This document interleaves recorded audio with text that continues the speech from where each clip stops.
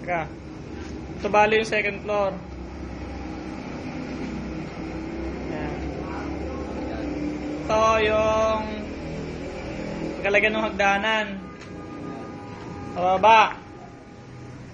Yan, may pinoporma na din yung hagdanan. Ito yung banyo. Ito yung isang kwarto, yung malaking kwarto sa likod. Yan siya, malaki yan. Haba. Yan, kita nyo naman. Matigas na yung sahig. Di ba umuga? Di ba umuga? Ha? Solid. Hindi ito umuga. Ito naman, ito yung isang maliit na kwarto. Yan. Para kay Tita Lolit daw, tsaka kay Ate Ina. Oh, di ba double deck? Kasya dyan eh. Yan.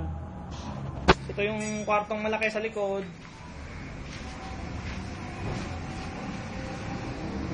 Yan. Kita naman, mahaba.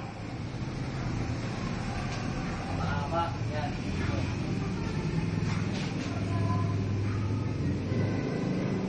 Mahaba siya.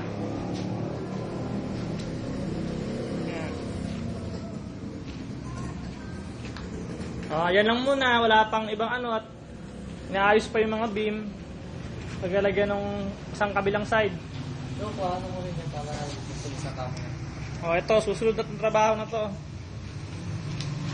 Bakalan ka mo yan. Binabakalan na, may bakal na nga eh. Yung kabila, may bakal na rin.